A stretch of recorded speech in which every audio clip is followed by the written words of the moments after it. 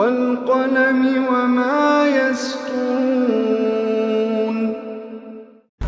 नाज़रीन गिरामी अस्सलामु अलैकुम वरहमतुल्लाहि वबरकातुहू। सीधी बात की ताज़ा तरीन खबरों में आप लोगों का इस्तकबाल है। आइए सबसे पहले आज की सुर्खियों पर नजर करते हैं। किसी भी मुजरिम को फांसी पर चढ़ा सकता हूं, लेकिन निर्भया की मां का सामना करने की हिम्मत नहीं। मुजफ्फरपुर शेल्टर होम के सुप्रीम कोर्ट से बोली सीबीआई, शेल्टर होम में नहीं हुआ किसी लड़की का कत्ल। गर्लफ्रेंड के साथ बात कर रहा था, अचानक खुद को आग लगा लिया आशिक ने।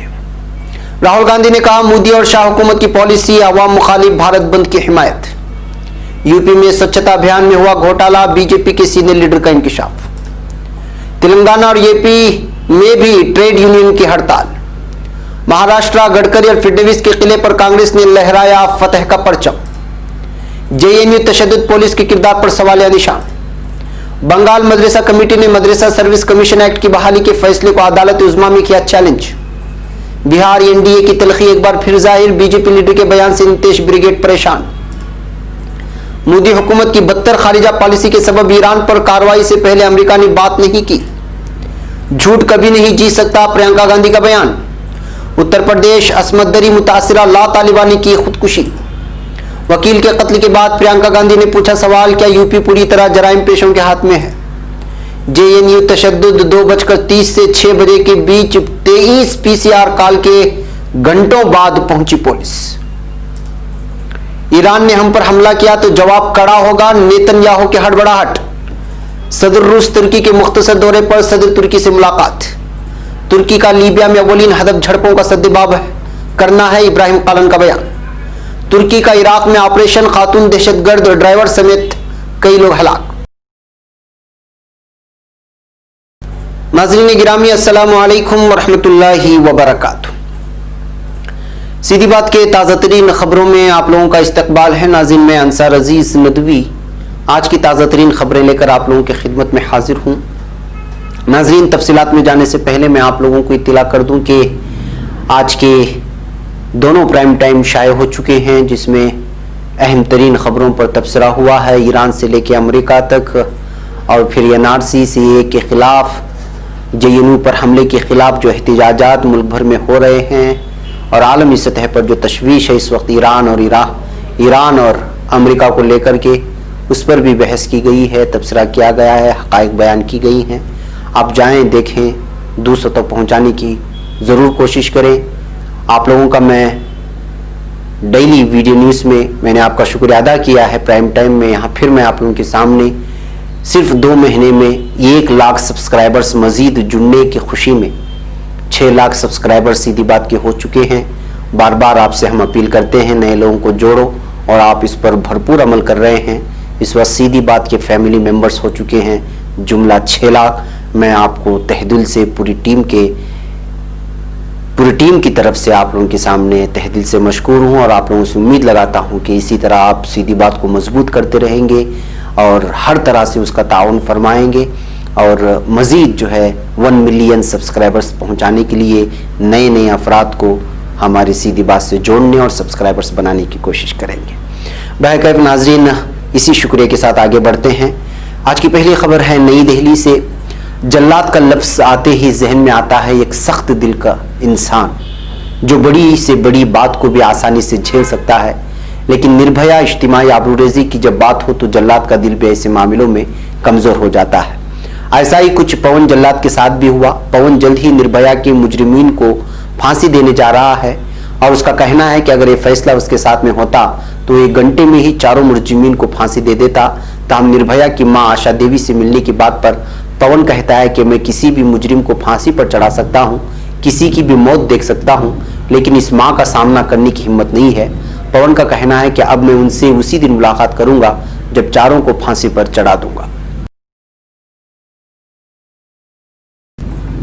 अब खबर बिहार से। बिहार के मुजफ्फरपुर शेल्टर होम में नया इंकिशाफ हुआ है। इस मामले में जांच कर रही सीबीआई ने सुप्रीम कोर्ट को बताया कि शेल्टर होम में किसी लड़की की मौत नहीं हुई। सीबीआई की तरफ से पेश हुए अटॉर्नी जनरल के वेणुगोपाल ने दावा किया है कि इस केस में कत्ल का कोई सबूत नहीं मिला और सभी 35 लड़कियां जिंदा पाई गई हैं। शेल्टर होम से मिली हड्डियां बालिगों की सीबीआई के मुताबिक जिनके कत्ल का शक जाहिर किया गया था वो सारी लड़कियां जिंदा पाई गई हैं। वहां से मिली हड्डियां कुछ दीगर बालिगों की पाई गई हैं। सीबीआई ने अपनी जांच में साफ किया है कि मुजफ्फरपुर शेल्टर होम में किसी भी नाबालिग का कत्ल नहीं किया गया था। इस मामले में समाअत फिलहाल जारी है। एक और खबर बिहार के नालंदा से। बिहार के नालंदा जिले में एक अजीबोगरीब मामला सामने आया। यहाँ एक शख्स अपने माशूका से किसी बात को लेकर गुस्से में आ गया और तनाजा पैदा हुआ। इससे नाराज आशिक ने खुदकुशी करने के लिए अपने जिस्म पर पेट्रोल डालकर आग लगा ली। जब वो जलने लगा तो आसपास के लोगों ने देखा और फौरन आग को बुझाया। बुरी तरह झुलसे शख्स को अस्पताल में दाखिल कराया गया है, जहां वो जिंदगी और मौत की जंग लड़ रहा है। अब खबर नई दिल्ली से। बाएं महाज की मजदूर तंजीमों ने मुल्कगीर भारत बंद का ऐलान किया है, जिसमें बड़ी तादाद में लोग शरीक हो रहे हैं। दूसरी जानिब कांग्रेस के साबिक सदर और केरला से रुकने पार्लियामेंट राहुल गांधी ने इस बंद की हिमायत का भी ऐलान किया था। राहुल गांधी ने नरेंद्र मोदी की क़यादत वाली मरकजी हुकूमत पर इल्जाम लगाया कि उसने पब्लिक सेक्टर को कमजोर किया है। वाज़ेह है मगरिबी बंगाल में कई ट्रेनें रोकी गई हैं और वहां सबसे ज्यादा बंद का असर नजर आया है। अब खबर यूपी से। बीजेपी के सीनियर लीडर दिलीप श्रीवास्तव ने इल्जाम आयद किया है कि मोदी हुकूमत के जरिए चलाए जा रहे इंतहाई अहम मंसूबा स्वच्छ भारत अभियान उत्तर प्रदेश में जबरदस्त बदउनवानी और हुकूमती व इंतजामी अफसरान की सांठगांठ की वजह से बुरी तरह नाकाम हो गई है। वजीर आला योगी आदित्यनाथ के नाम 2 जनवरी को लिखे गए खत में बीजेपी तर्जुमान दिलीप श्रीवास्तव ने कहा कि हुकूमत ने हालांकि उत्तर प्रदेश में बदउनवानी पर कार्रवाई की है, लेकिन रियासती हुकूमत के अफसरान की देखरेख में लखनऊ म्युनिसिपल कॉरपोरेशन में बदउनवानी जारी है। वो म्युनिसिपलिटी को मजबूत बनाने वाले आईन की 74वीं तरमीम को पूरी तरह रियासत में नाफिज न होने दे रहे हैं, इसलिए मकामी इंतजामिया का इदारा तबाह हो रहा है। अब खबर हैदराबाद से। मुल्क भर में 10 मरकजी ट्रेड यूनियनों की जानिब से की गई हड़ताल का असर दोनों तेलुगु रियासतों तेलंगाना और यूपी में भी रहा। यह हड़ताल मरकजी हुकूमत की पॉलिसियों बशमूल लेबर इस्लाहात, गैर मुल्की राष्ट्र सरमायाकारी और निजीकारी के खिलाफ की गई है। मुख्तलिफ बैंक मुलाजिमीन की तंजीमों बशमूल AIBEA all India bank officers association, BEFI और INBEF, INBOC और बैंक कर्मचारी सेना महासंघ के साथ साथ मुख्तलिफ मजदूरों तंजीमों और ट्रेड यूनियनों ने हड़ताल में हिस्सा लेते हुए हुकूमत की पॉलिसियों के खिलाफ अपनी शदीद नाराजगी का इजहार किया है। अब खबर नागपुर से। बीजेपी और आरएसएस का किला कहे जाने वाले नागपुर में बीजेपी को कांग्रेस ने जबरदस्त झटका दिया है। जिला परिषद इलेक्शन में बीजेपी को पटखनी देकर कांग्रेस ने फतह का परचम लहराया।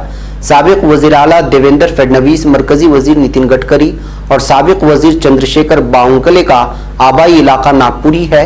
यहाँ बीजेपी की हुई शिकस्त तीनों बड़े लीडरों के लिए जबरदस्त झटका तस्वुर किया जा रहा है।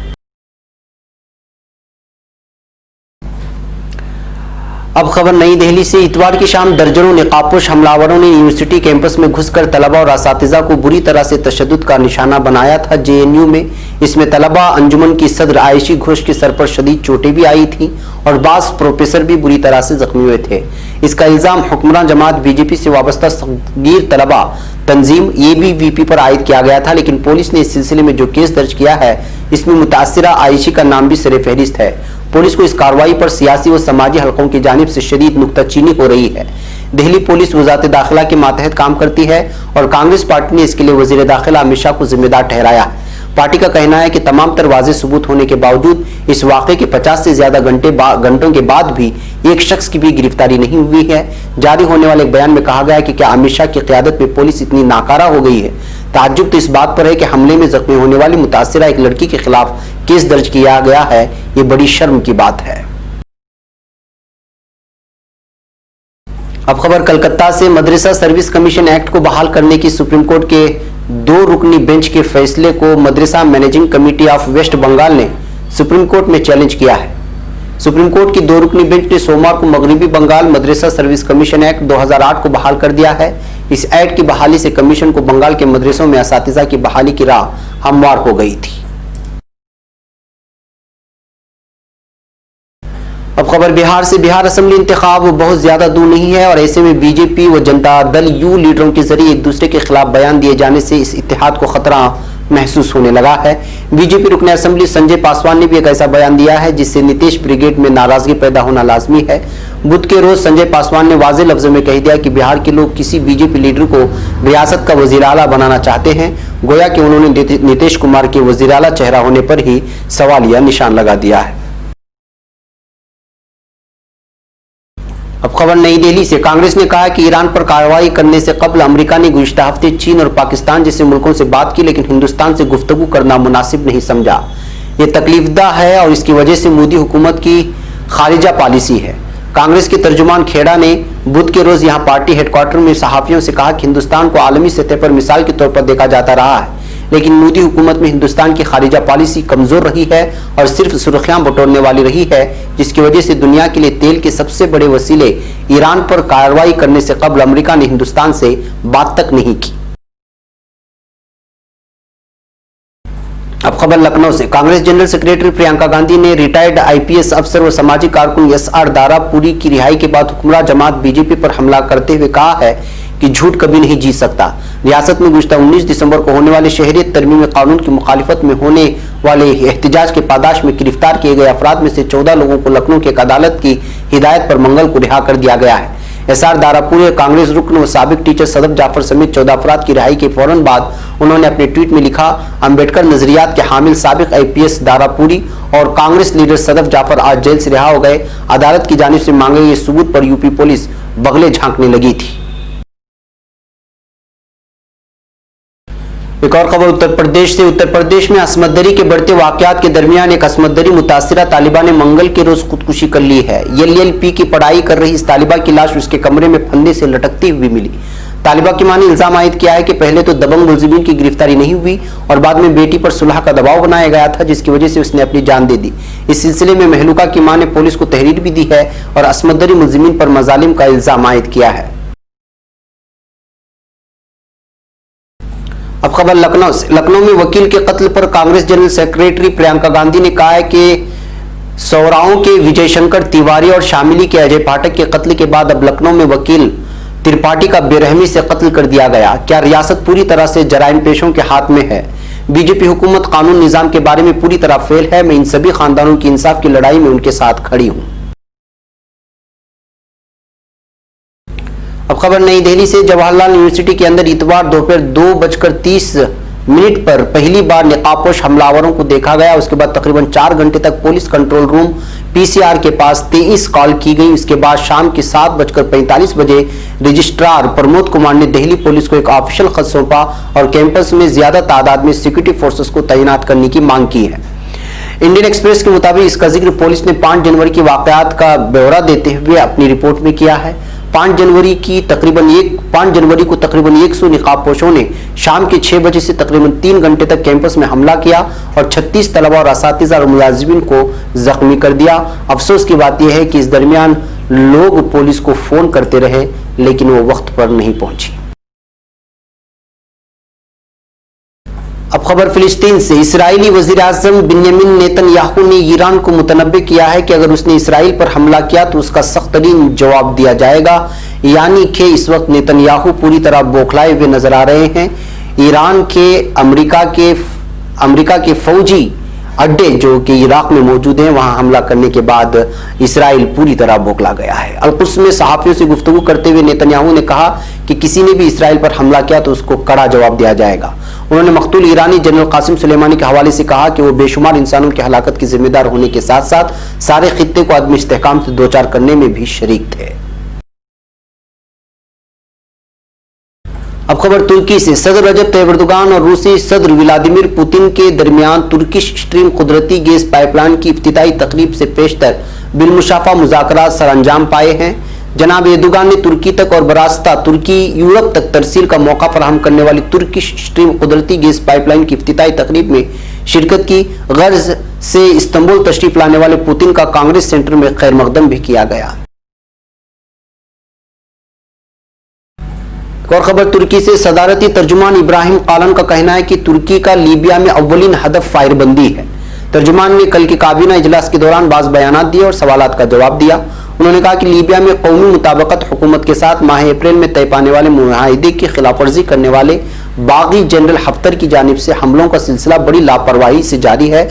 अगर इस अमल को ना रोका गया तो लीबिया में सियासी सिलसिले पर अमल दरामद नामुमकिन बन जाएगा और मजीद खून बहेगा।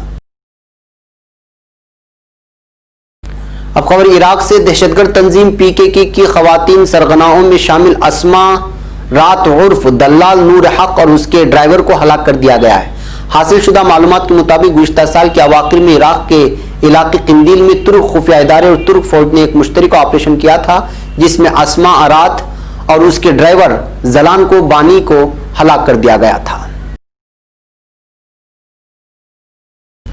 नाज़रीन, ये थी आज की ताज़ा तरीन खबरें। अगली ताज़ा तरीन खबरों के साथ फिर आपसे मुलाकात होगी। हमारी पूरी टीम को यहाँ पर इजाज़त दें। अस्सलामु अलैकुम रहमतुल्लाहि व बरकातहू।